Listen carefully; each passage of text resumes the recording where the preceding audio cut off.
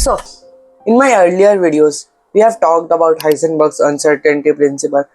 We have talked about superposition. We have talked about quantum tunneling. We know this all applies to particles. But what even are these particles that I am ranting about? Let's run it back to the basics and learn about the standard model, where we will learning what these particles are and how do they work. Okay, so the standard model is divided into two parts: the fermions and the bosons. The fermions make up matter, while the bosons carry forces. So, so let's talk about fermions, the things that make matter. So fermions are have half integer spins and follow a principle which says that no two fermions can have the exact same quantum state simultaneously.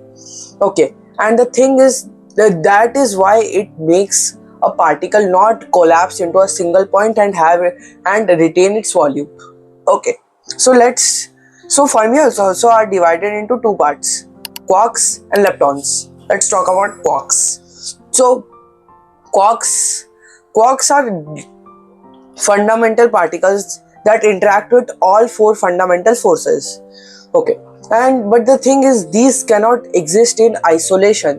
They are bounded together and bounded to make hadrons, such as electrons and neutrons.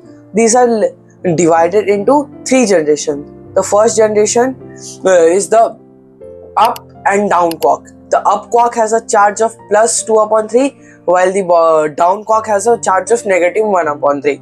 And now the second generation. The second generation consists of charm and strange. The charm consists of a charge of plus 2 upon 3, while the strange consists of a charge of negative 1 upon 3.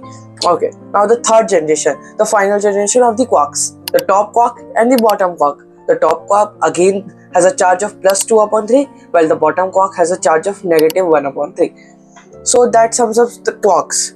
Now let's talk about leptons. In leptons, again there are three generations. The first generation is the electron and electron neutrino, its neutrino counterpart. The electron has a charge of negative 1, while the neutrino is a neutral charge. And same with the other two generations, the Mune, I don't know how it's pronounced, and the tau. Though again having a charge of negative 1 and its neutrino counterparts that are neutral in charges. Okay, now let's get into the really interesting bits, the fun things, the bosons. So bosons are now of 5, divided into 5. The four you know about the four fundamental forces, don't you? The one is the electromagnetic force, the second is gravity, third is the strong nuclear force, fourth is the weak nuclear force. Okay, so first we will talk about the electromagnetic force. Electromagnetic force makes up light, magnetic fields and electric charges. Okay, so these forces are carried out by their mediators, that are the photons. Photons are massless particles that carry the force of the electromagnetic force.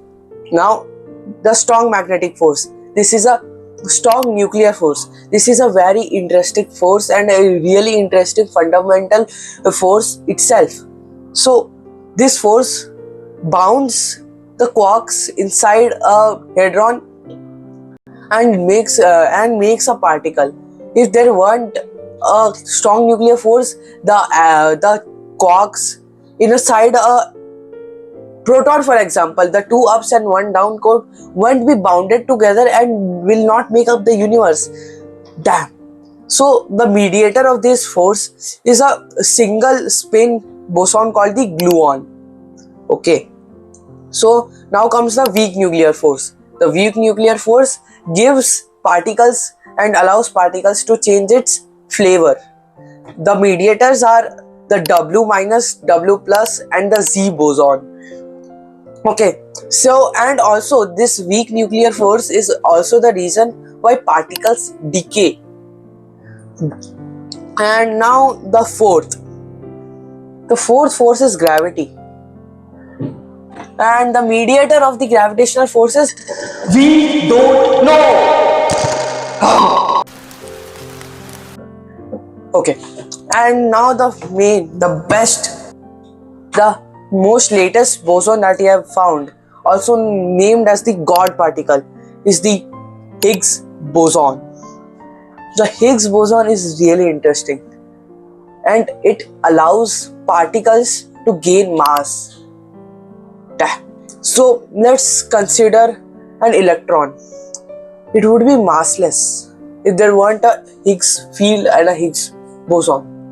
Whenever a particle, for example, in our example, a proton, interacts with the Higgs field, it gains mass, and the amount of mass it gains depends on how much the particle interacts with it.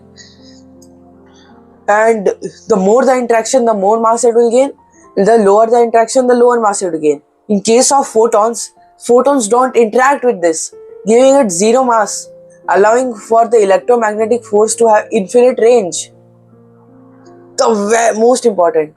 So, to summarize everything up, the standard model has quarks, leptons, bosons. Bosons have the gluons, the W plus, W minus, and Z bosons, the photons, and the missing graviton. We need the graviton. And for the last, the Higgs boson. And that sums up the standard model. And physics really hates us.